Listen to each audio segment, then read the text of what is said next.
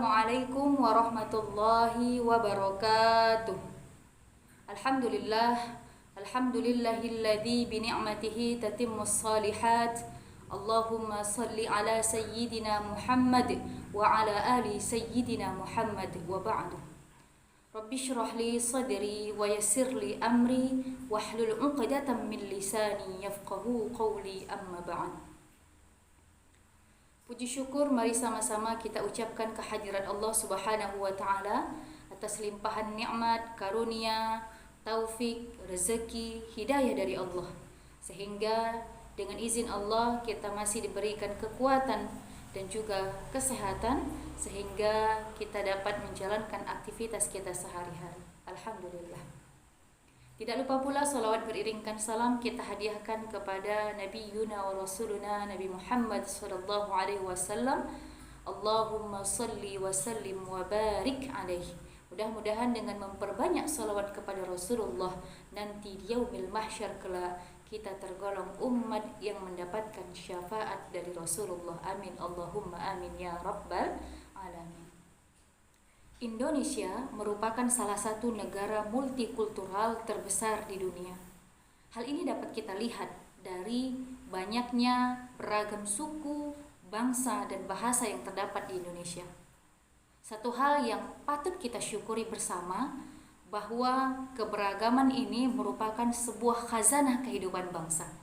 Namun satu hal yang harus kita ingat, satu hal yang harus kita pahami dengan baik, bahwa keberagaman itu hendaknya membuat kita semakin utuh bersatu seperti semboyan negara kita Bhinneka Tunggal Ika.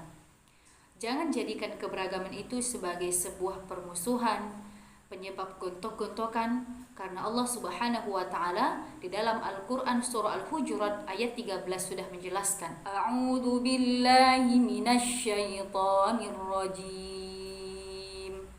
Bismillahirrahmanirrahim. Ya ayyuhan nasu inna khalaqnakum min dzakarin wa untha wa ja'alnakum syu'uban wa qabaila lita'arafu. Inna akramakum 'indallahi atqakum. Innallaha 'alimun khabir. Shadaqallahul 'azim. Jemaah yang dimuliakan Allah Subhanahu wa taala. Kalau kita lihat dari segi ilmu balaghah, maka ayat yang saya bacakan tadi surah Al-Hujurat ayat 13 merupakan satu ayat yang bersifat khabari atau suatu informasi.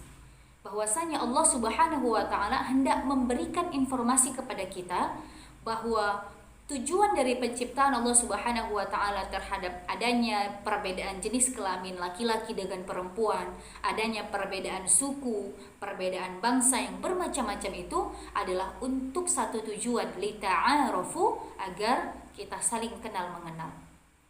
Kalau kita lihat dari segi historis sosiologis, latar belakang turunnya ayat ini atau asbabun nuzulnya, maka ayat ini merupakan sebuah teguran bagi golongan Bani Baydhah yang mereka menolak anaknya dinikahkan oleh Rasulullah dengan budak mereka yang bernama Abi Hindin.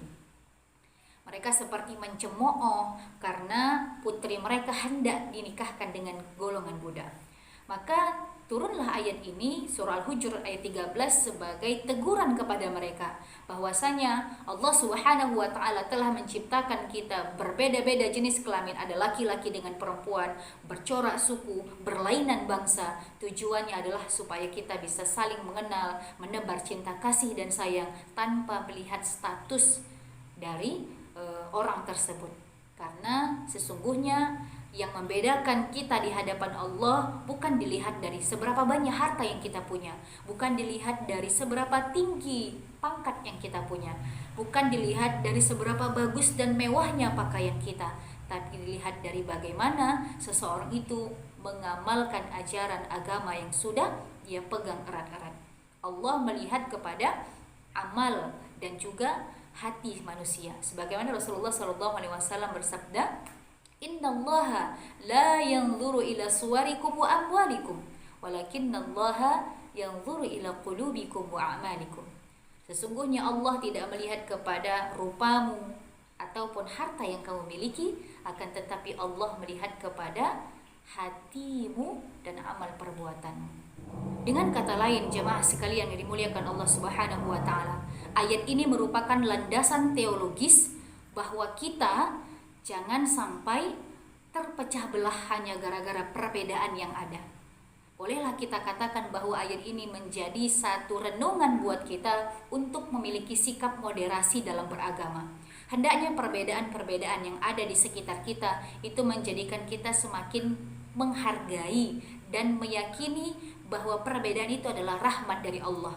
Al-ikhtilafu rahmah.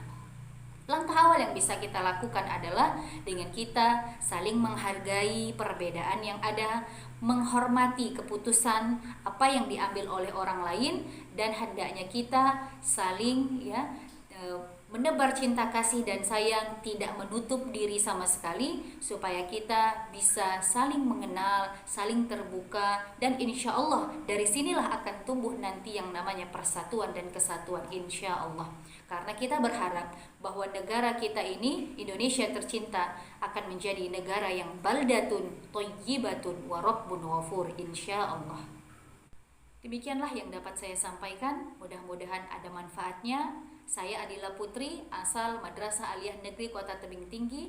Insya Allah siap menjadi duta moderasi beragama di masyarakat, dan insya Allah kita diberikan Allah kekuatan untuk menjalankan agama kita masing-masing tanpa melecehkan atau menjatuhkan pendapat-pendapat orang lain. Assalamualaikum warahmatullahi wabarakatuh.